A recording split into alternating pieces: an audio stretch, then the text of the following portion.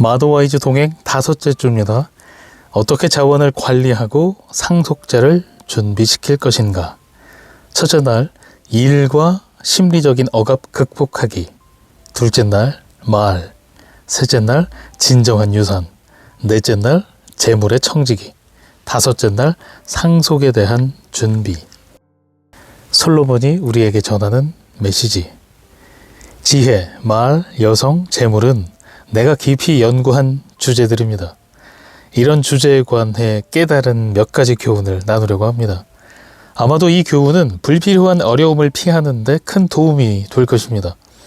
나는 옳은 방향으로든 나쁜 방향으로든 이런 일들을 즐기고 경험해 보았습니다. 말이나 관계, 재물은 우리가 세상을 떠난 뒤에도 남아있을 것이므로 지금 우리가 지혜롭게 잘 관리해야 다음 세대에 선한 영향을 미칠 수 있습니다. 내가 보여주는 길로 잘 따라오기를 바랍니다. 첫째 날, 일과 심리적인 억압 극복하기. 기도로 시작하기. 주님, 오늘 주님을 예배합니다. 주님을 사랑하고 당신께 엎드려 절합니다. 저의 눈과 마음을 열어주셔서 이 세상에서 학대당하는 사람들에게 관심을 갖게 해주세요. 어떻게 기도하고 어떻게 그들을 도와야 할지 가르쳐 주세요. 주님, 당신은 그들의 모든 눈물을 보고 계십니다. 고통당하는 사람들을 위로하고 그들이 소망과 평안을 얻을 수 있도록 도울 방법을 알려주세요. 자기중심적으로 살아왔던 저를 용서해 주시고 저에게 긍휼히 여기는 마음과 언제라도 기쁘게 섬길 수 있는 마음을 허락해 주세요. 주님이 저를 위해 이루어 주신 모든 일에 감사드립니다. 주 예수님, 당신은 저의 전부이십니다. 예수님의 이름으로 기도합니다. 아멘. 메들리는 제2의 조국이 된 나라에 관한 뉴스를 처참한 심정으로 지켜보았다. 정부는 그녀가 사랑하는 이 나라의 국민을 탄압하고 고통으로 몰아넣었다. 그들을 도와줄 방법이 없을까? 오늘 아침에는 평소보다 더 오랫동안 무릎을 꿇고 고통당하는 이웃의 어려움을 덜어줄 방법을 구체적으로 가르쳐달라고 하나님께 기도했다. 법을 바꿀 힘은 없었지만 고통당하는 자들에게 희망을 주고 그 상처를 어루만져 줄 수는 있었다. 은밀하게 한 번에 한 가정씩 예수혁명의 바람이 불도록 노력할 것이다. 공개적으로 복음을 전하는 일은 매우 조심해야 하지만 예수님의 이름으로 조건 없는 사랑을 전할 수는 있었다. 누구도 이 일을 막을 수는 없었다. 사랑은 불가능해 보이는 장벽을 뛰어넘고 벽을 무너뜨릴 힘이 있다. 그녀가 오랜 기도를 마치고 일어섰을 때 앞으로 무엇을 해야 할지 비전이 새롭게 보였고 용기가 생겼다. 성경은 힘들고 어려울 때 솔직하게 감정을 드러낸다고 나무라지 않는다. 솔로몬은 해 아래 인생을 살펴보고 때로 힘을 소유한 권력자가 그 권세에 복종하는 자들을 학대한다고 말한다. 아무 힘이 없는 희생자를 부당하고 잔인하게 대할 때 학대가 발생한다. 독재 정권 아래에서 국가의 이름으로 학대가 일어날 수도 있고 독재자처럼 군림하며 불공정한 경영을 하는 사람 때문에 학대가 일어날 수도 있다. 혹은 부모가 자녀를 괴롭히고 학대할 수도 있다. 나는 학교 선생님에게 학대를 당한 경험이 있다. 선생님은 친구들이 있는 자리에서 반복해서 나를 모욕하고 창피를 주었다. 50년이 지났지만 아직도 세세한 부분까지 생생하게 기억한다. 선생님의 이런 부당한 처사에 얼마나 충격을 받았던지 그 뒤로 나 자신을 바라보는 관점과 학교에 대한 인식이 몹시 부정적으로 바뀌었다. 학대받는 자들의 눈물을 관찰하고 그들이 어디서도 위로받지 못한다는 솔로몬의 말은 내가 받은 상처를 떠올려 보면 너무나 이해가 간다. 예수님은 우리가 어떤 스트레스도 받지 않고 살 것이라고 약속하지 않으셨다. 오히려 이 세상은 고통으로 가득하리라고 경고하셨다.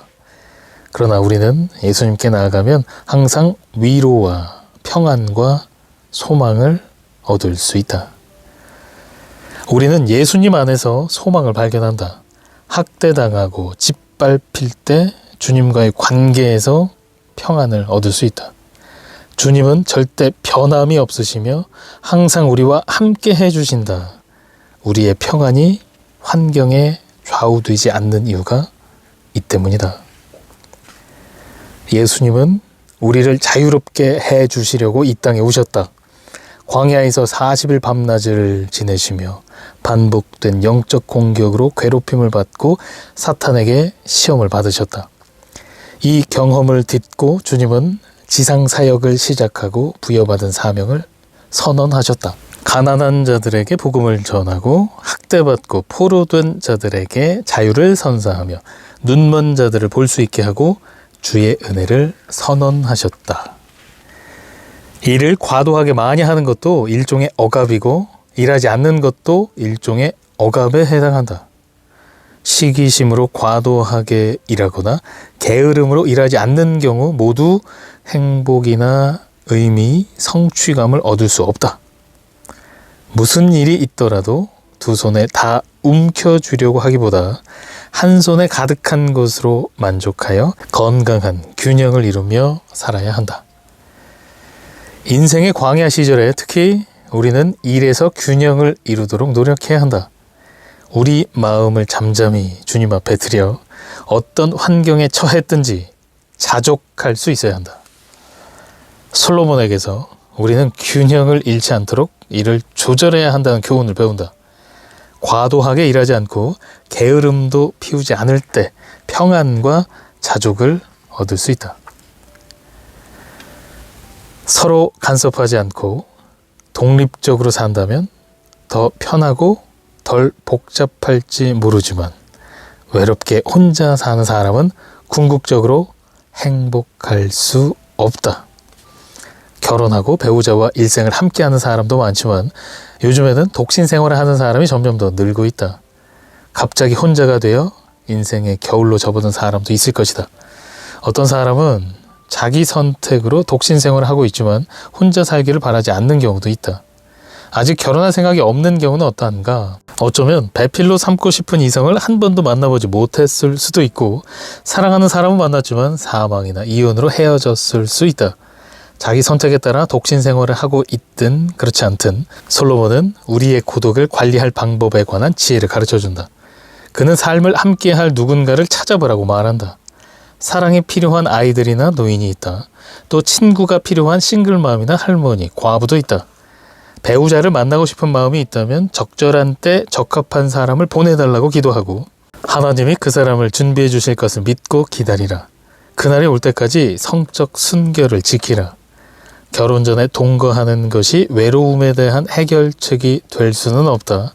일시적으로 외로움을 덜 수는 있겠지만 죄를 짓고 산다는 죄책감 때문에 양심의 가책을 느낄 테고 결국 기쁨을 빼앗길 수도 있다. 하나님이 일하시도록 내어드리면 마음의 허전함이나 필요를 채워주실 것이다. 필요를 채워주실 하나님을 신뢰하고 순종하라. 하나님은 조금도 모자라지 않게 채워주실 것이다. 솔로몬은 한 사람보다는 두 사람이 더 낫다고 말한다. 한 사람이 넘어지려 하면 다른 사람이 넘어지지 않게 붙잡아 줄 수 있고 추울 때 혼자서는 따뜻해질 수 없지만 함께라면 금방 온기를 찾을 수 있다는 것이다. 기혼자라면 부부가 하나 되기 위해 많은 노력이 필요하다는 사실을 잘 알고 있다. 결혼식 때 전도서 4장 9절에서 12절을 낭송하는 사람도 있다. 하지만 실제로 이렇게 살기 위해 감내해야 할 일이 무엇인지 아는 사람은 드물다. 서로 세워주고 북돋아주며 부부가 한마음이 되기 위해서는 혼자만의 생활을 즐기고 싶다는 욕심을 포기하고 이기심과 자기중심적인 태도를 주님의 제단에 내려놓아야 한다. 서로 따뜻하게 해주려면 더는 내 것을 고집하지 않고 우리 것이 되도록 가진 것을 모두 나누어야 한다. 세 겹줄은 쉽게 끊어지지 않는다는 진리는 남편과 아내가 하나님의 사랑으로 마음의 거룩한 연합을 이루며 주 예수님과 한마음이 되어야 실제로 경험할 수 있다. 부부는 하나님의 보좌 앞에서 함께 기도할 때 하나 되게 하시는 성령의 역사를 가장 확실하게 체험할 수 있다. 인간이라면 사랑할 누군가가 필요하고 모든 사람에게 사랑이 필요하다. 우리의 사랑을 기다리는 사람들이 있다. 우리가 그 사랑을 베풀면 더욱 풍성해지고 행복해질 것이다.